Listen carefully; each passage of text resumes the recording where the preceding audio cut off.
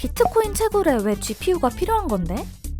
애플이 이번에 또 M1 칩을 탑재한 제품들을 출시해 난리인데 그게 그렇게 대단한 거야?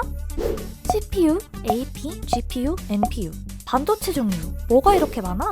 라고 생각하셨다면 이 영상을 끝까지 봐주세요. 반도체가 크게 어떻게 나뉘는지 그리고 종류에 따라 어떻게 만들어지는지 이젠 다 아시죠? 그렇다면 수많은 반도체 중 눈여겨볼 만한 것들은 어떤 게 있을까요? 메모리 반도체부터 보겠습니다. 휘발성 메모리, 비휘발성 메모리로 나뉘는 메모리 반도체는 D램과 낸드 플래시 두 가지가 핵심입니다. D램은 전원이 꺼지면 저장되지 않고 날아가 버리지만 낸드 플래시보다 훨씬 빠른 속도를 구현할 수 있다는 특징이 있습니다. 낸드 플래시는 속도는 비교적 느리지만 전원이 연결되지 않아도 정보를 저장할 수 있다는 특징이 있죠. 낸드 플래시는 최근 HDD의 대체제로 쓰이고 있는 SSD의 핵심 부품입니다. D램과 낸드 플래시는 우리가 일상생활에서 사용하는 기기들은 물론이고 데이터 센터에도 꼭 필요한데요. 데이터 센터는 검색, 이메일, 온라인 쇼핑 등 인터넷 작업을 처리하는 공간을 말합니다. 각종 클라우드 서비스와 스트리밍 서비스의 이용량이 크게 증가하면서 데이터 센터의 수요도 늘고 있는데요. 최근 메모리 반도체의 수요가 늘 것이라는 예측이 나오는 이유도 클라우드 서비스를 제공하는 기업들이 새로운 데이터 센터 구축에 나설지도 모른다는 기대감 때문이죠. 시스템 반도체의 경우엔 컴퓨터의 CPU, 스마트폰의 AP가 대표로 꼽힙니다. CPU는 컴퓨터 시스템을 통제하고 프로그램을 실행하고 처리하는 가장 핵심적인 반도체 칩입니다. D램, 낸드 플래시 등의 메모리 반도체, 그래픽을 담당하는 GPU 등과 함께 컴퓨터를 작동시키죠. 반면 AP는 CPU, GPU, 그리고 통신칩 등 다양한 기능이 하나로 통합된 형태를 취하고 있습니다. 한마디로 스마트폰의 성능을 단적으로 보여주는 핵심 부품이죠. CPU의 최강자는 인텔, AP의 최강자는 퀄컴으로 알려져 있습니다.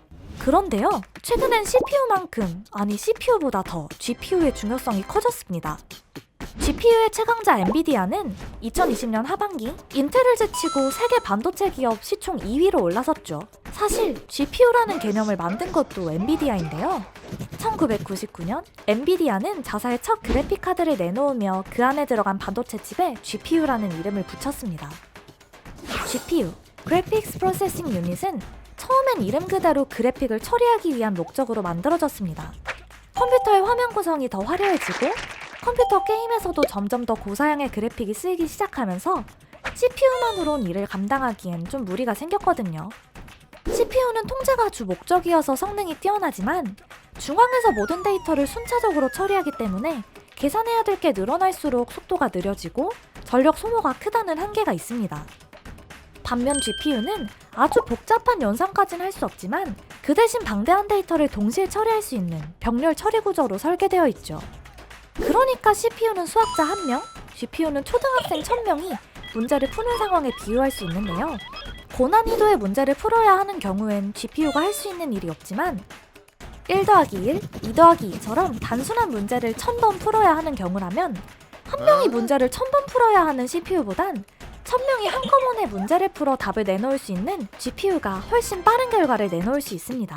하지만 등장부터 핵심 역할을 한 CPU와 달리 GPU는 등장 당시엔 그렇게 주목받지 못했습니다. 머리 역할을 하는 CPU와 달리 GPU는 보조 역할에 그친다고 봤기 때문이죠.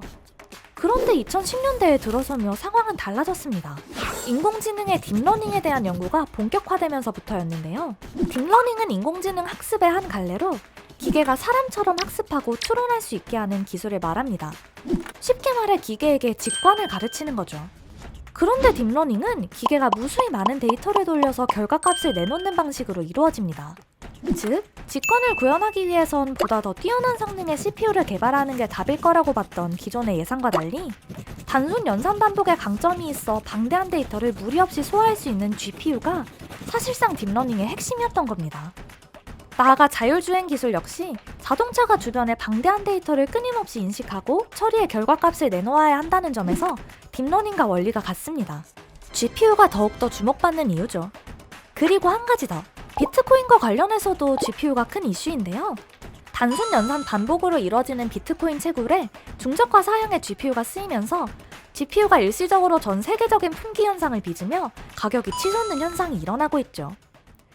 자, 그런데 우리가 주목해야 할 반도체가 또 하나 있습니다. 바로 뉴럴 프로세스 유닛, NPU라고 불리는 반도체 칩인데요. NPU는 기존의 반도체 구조에서 벗어나 사람의 뇌를 모방해 만든 반도체를 말합니다. 뇌신경망처럼 뉴런과 시냅스 구조로 반도체를 설계한 건데요. GPU보다도 훨씬 더 인공지능 딥러닝에 최적화된 반도체죠. 효율로만 따진다면 NPU는 GPU의 10배, CPU의 40배에 달하는 성능을 지녔습니다. 감이 잘 오지 않으신다고요? NPU가 상용화되면 당장 우리 손에 있는 시리와 빅스비부터 크게 달라집니다. 지금은 질문을 이해하지 못할 때가 많은데다 알아듣더라도 그에 대한 답을 내놓기 위해 우리의 명령을 데이터 센터까지 보낸 후 그곳에서 답을 계산해서 얻고 그 답을 다시 가져와 대답하기 때문에 속도도 빠르지 않습니다. 인터넷이 연결되어 있지 않으면 실행할 수조차 없죠. 하지만 NPU 기술이 발전한다면 네트워크가 끊겨도 인공지능 비서들이 스스로 생각할 수 있게 됩니다. 진정한 의미의 비서가 생기게 되는 거죠. 나아가 NPU가 핸드폰뿐 아니라 수많은 가전기기에 탑재되면 진정한 IoT가 이뤄지는 거고요. 이렇게 개별 기기가 단독으로 인공지능을 구현할 수 있게 되는 걸 온디바이스 AI라고 부릅니다. 사물인터넷, 빅데이터, 자율주행차 분야가 빠른 속도로 성장하고 있는 만큼 미래 기술의 핵심 부품으로 각광받고 있는 NPU지만 관련 기술은 아직 걸음마 단계인데요. 2019년 기준 인간의 두뇌가 NPU보다 100배 정도 빠릅니다. 이에 따라 수많은 기업들이 하루빨리 기술을 선점해 NPU 시장을 장악하기 위해 전쟁을 벌이고 있습니다. 그런데요, 이 기업들은 기존 반도체 업체들뿐 아니라 다양한 IT 기업들이 포함되어 있습니다. 이 IT 기업들이 주구장창 반도체 한 우물만 파온 기업들과 붙어서 이기는 게 현실적으로 가능한 걸까요? 사실 이들은 이미 반도체를 만들어 본 경험이 있습니다. AP 이야기부터 해볼까요? 아까 AP의 최강자는 퀄컴이라고 했었죠? 그런데 잠깐, 퀄컴의 최강자 타이틀이 무색하게 최근 AP 시장은 과점 상태를 보이고 있습니다. 삼성전자, 애플, 화웨이 등 주요 스마트폰 제조사가 자사 제품에 들어가는 AP를 독자 개발하고 있거든요. 어쩌다가 AP까지 직접 만들게 됐냐고요? 몇 년 전만 해도 AP 시장은 퀄컴이 장악하고 있었습니다. 2G, 3G 무선 통신의 핵심 원천 기술을 독점한 덕분이었죠. 퀄컴은 기술 사용에 대한 로열티를 과다 청구하거나 AP 칩을 끼어 팔아 시장 점유율을 늘렸습니다. AP가 원가의 큰 부분을 차지하는 핵심 부품이다 보니 스마트폰 제조사들 입장에서는 손해가 막심할 수밖에 없었는데요. 결국 그동안 퀄컴의 돈을 퍼주다시피 한 스마트폰 제조사들은 LTE로 넘어가는 세대 교체 시점을 노려 자체 통신칩을 개발하기 시작했죠. PC에 들어가는 CPU 역시 비슷한 변화를 맞고 있습니다. 최근 애플은 자사의 M1 칩을 탑재한 아이맥과 아이패드 시리즈를 공개했는데요. 작년 11월 M1 칩을 처음 공개한 이후 두 번째 행보였죠. 당시 M1 칩은 기존 인텔의 CPU보다 성능은 최대 6배, 배터리 사용시간은 2배 증가시켜 큰 주목을 받았는데요. 특히 스마트폰에 들어가는 AP를 개량해 만들었다는 점에서 놀라움을 샀습니다. AP는 CPU에 비해 전력 소모는 적은 대신 성능은 떨어져 PC에 사용하기 어렵다는 평가를 받아왔거든요. 그런데 애플이 이 공식을 깨는 결과물을 내놓은 거죠. 인텔은 벙찔 수밖에 없었고요.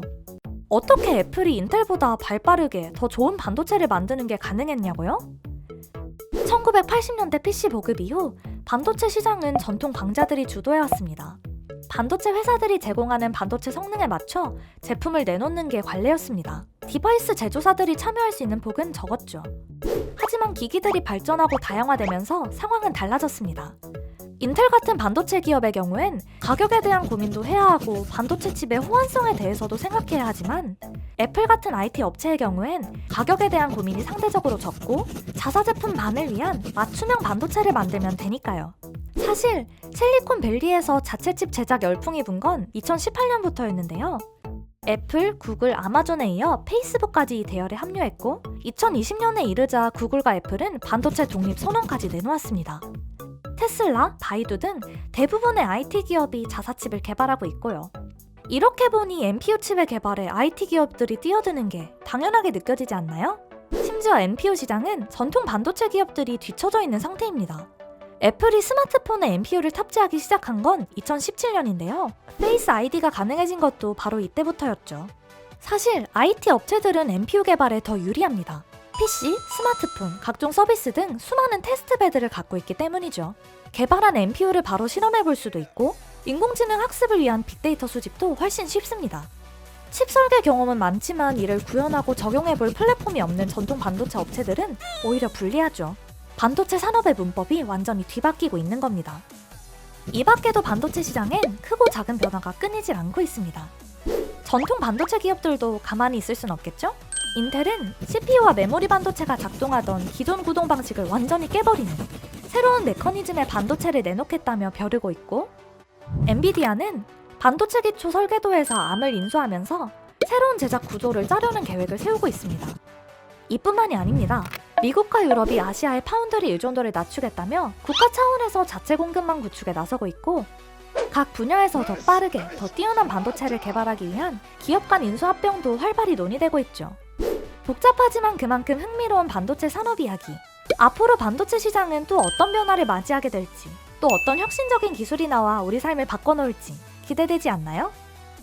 이번 시리즈가 유용하셨다면 좋아요와 구독 부탁드려요. 알람 설정까지 해놓으신다면 다음 시리즈도 놓치지 않고 보실 수 있습니다. 그럼 다음 편에서 만나요. 안녕!